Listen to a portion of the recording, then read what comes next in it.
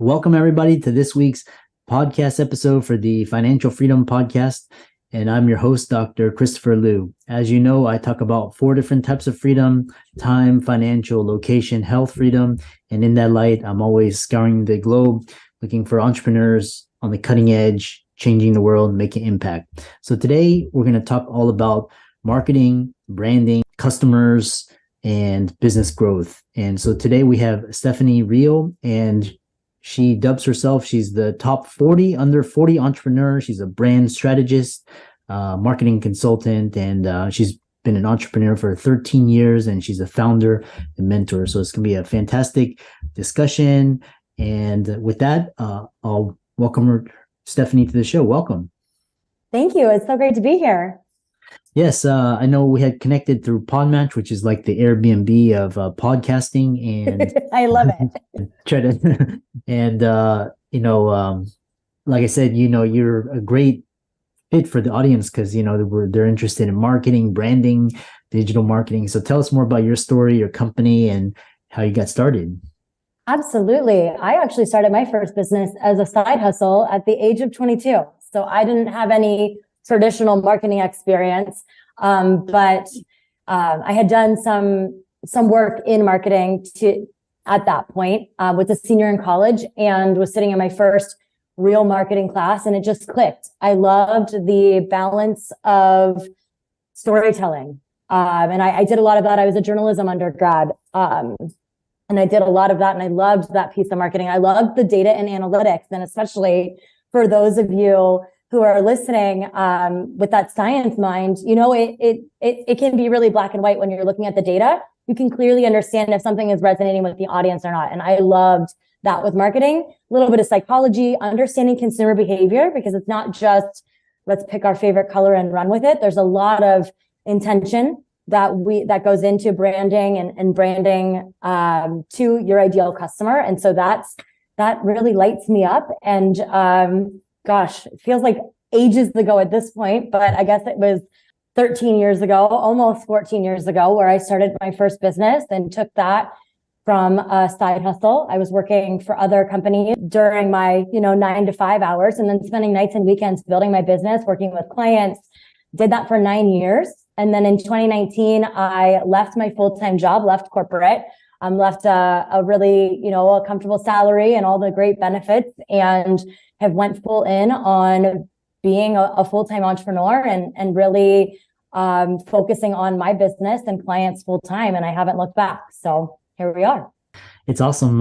It's so amazing to hear all these stories coming out of the pandemic, and, people finally woke up and, decided to pursue their dreams. They will only have one life to live. And it's great to, so many of my friends who are entrepreneurs, they're just killing it, and really just the power of focus. And if you decide, so, like I said, you're a full blown entrepreneur, marketing.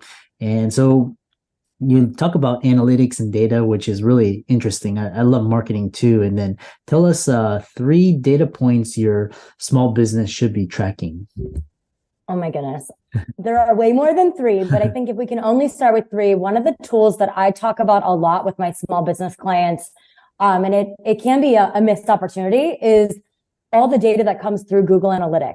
So it's a free tool. If you have a website or any kind of a URL that you're using and driving traffic to, there's no reason you shouldn't have that set up. And one of the things that I love to dig into there is your customer's engagement with the content on the page. So you can use behavior tracking and go through in Google Analytics. So you're going deeper, a level deeper than your site traffic or your number of sessions. But what are people doing when they get to the site? Where are they leaving? Where are they exiting and jumping off the page, going somewhere else? Where are they digging in and seeing more? And that's when we can really understand what our consumers interested in. So that's for sure one of those. And so that's the behavior data.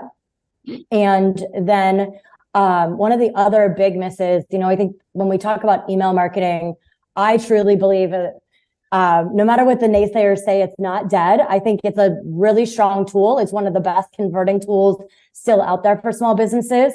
But I think so often as a small business, owner, you think, oh, what are my open rates doing? But it's so much more than that again. And we're going to hit a little bit of a theme here. I want to know how your audience is engaging with that content. So open rates, great, but depending on what email platform you're sending to, if it's Outlook versus Gmail, it counts that email as an open sometimes before the customers actually even literally open the email and read it. If it just hits their servers, it pings back as an open. So that's not really a great metric for us to know what's happening with an email. And one of the ones that is your click-through rate or your click rate in an email. So if you're sending out a campaign, yes, you want to have an eye on the open rate, but more so click-through rate for email, because that's going to show you how people are engaging and finding your email once they're receiving it and actually truly opening it, not just it hitting a server and saying that it's an open. So that's the second. I think for a small business, especially when we're looking at social media, I don't want you to look at likes. I could care less how many likes you get on a post, because I think that that's an arbitrary. We call those vanity metrics. And so, yes, likes are great. They make us feel all warm and fuzzy. They give us a dopamine hit, but they don't actually do anything to keep the lights on for your business.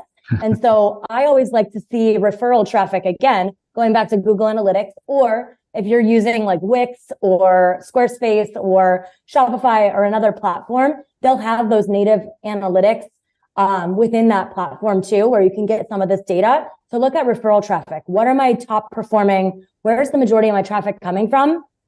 And if it is on social media, where are people coming from and how much time on site are they spending once they're getting there too? So you should be able to track all of those, and you really start to get a pulse of your customer, how they're finding you, how long they're staying when they're with you, and what content they're engaging with the most. And I think that those three pieces are critical to do all of those and so much more.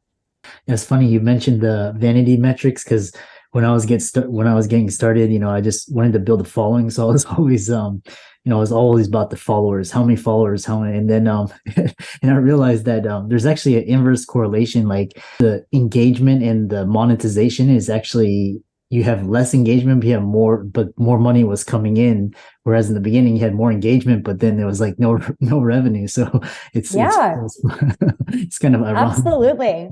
But yeah, it's interesting.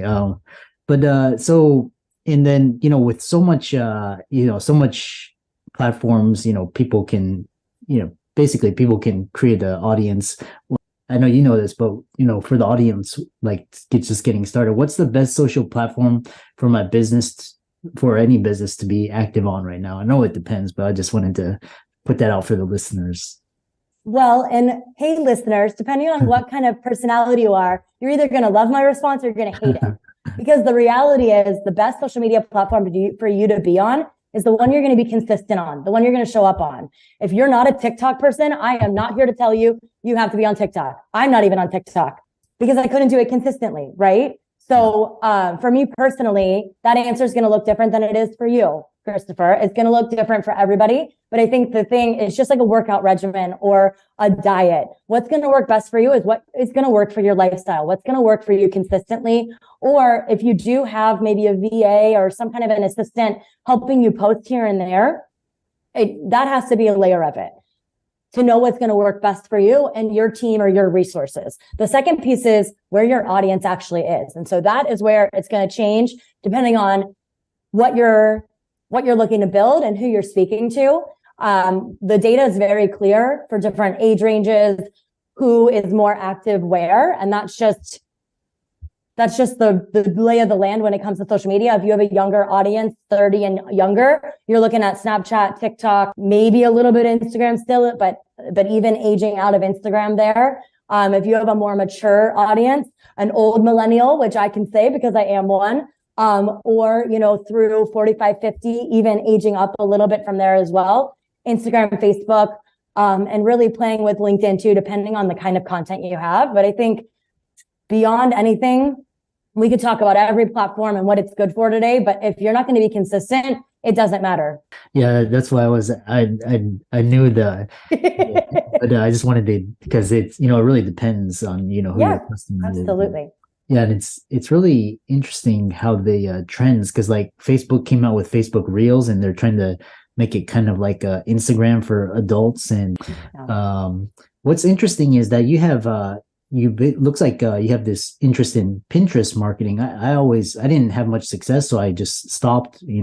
Like you said, what's your cup of tea? But tell us like kind of the difference between Pinterest and Instagram. Oh, I love talking about Pinterest because I think it's such a missed opportunity. A lot of people think, oh, I have to have recipes or I have to be an influencer or a fashionista to be on Pinterest. And actually, Pinterest is the top social media driver for a lot of our B2B clients and my own marketing services. We're using Pinterest. And the beautiful thing about Pinterest, it's very different than other social media. I really refer to it as social search. So it's a lot more like a Google than it is like a Facebook or an Instagram. It's keyword centric and it is all based on links. The other thing, and I have to mention this because it brings me joy to share this, unlike other social platforms, which have been known to make people feel maybe depressed or low or have negative side effects, people are planning for the future on Pinterest. So it actually is a very positive platform. People are happy to be there. And so I think that is a big difference maker if you can get a hang of Pinterest. And I actually believe in Pinterest so much. I think everybody should be using it for their business. So I developed a very easy to use, scalable solution for content. And I have a course that's like a fraction of what you would cost to pay somebody to do it, but it teaches you how to take, say, one blog post and turn it into 300 different pins for your brand and how to do that over and over again. Before I get too off on a tangent, I think the other thing to keep in mind is, and what I love for Pinterest is some of our best performing content there that continues to drive traffic for clients and for our own business are pins that we've done 4 and 5 years ago. So the cool thing for you entrepreneurs listening or want to be budding entrepreneurs that are maybe living the side hustle life, you post it once, it's going to work for you for years to come. And I'm not just making it up. I could pull up actual analytics data and show you some of our best performing pins, even for some clients who we're no longer working with. Their best performing content is still content that we did for them 4 and 5 years ago. So I always like to stretch my effort or my dollar as long as I can. And Pinterest is a great platform to do that on for sure. Yeah, it's interesting because you're talking about residual attention, residual views, and it's really, that's like where your customers are. Some of the very interesting platforms are like Pinterest. There's Tumblr, which is kind of like Twitter a little bit, and then like Substack, which are really kind of like so basically go where your audience is. But on the subject of Pinterest, I know a lot of the audience and listeners out there, because you talk about the science behind branding using color psychology, and what is kind of the science and driver behind branding and how to get customers to convert. So I think that would be we could spend a whole discussion on branding. But I think a lot of times I see small businesses when they're just starting out, you have to put together the brand, or they think they do. And I think if you don't know who your audience is, we can't even talk about branding. So I want to make sure that everybody understands that first, because I think we can get ahead of ourselves sometimes. And oftentimes I see a newbie entrepreneur getting so stuck on branding when, oh my gosh, I don't know what my color should be or my font, but because they don't even know who they're talking to. And so you have to know who your audience is, what problem you solve for them, and your offer before you can even look at branding. But the cool thing with branding, and how I am by no means a doctor, but I get to play scientist a little bit at this point, because once we know your audience, your offer, and the transformation you're going to help that audience achieve with your product or service, we can layer on intentionally with colors and fonts that help subliminally tell the brain about what your brand offers them. So, like, for example, the color blue. I'm sure you can think of a couple of brands right now, even some brands we've already talked about in our conversation so far today. Things like Facebook, Twitter, LinkedIn, they're all blue. A lot of big banks, PayPal is blue, Visa has blue in the logo. Blue is interpreted by our brains to be very trustworthy, very reliable, very secure.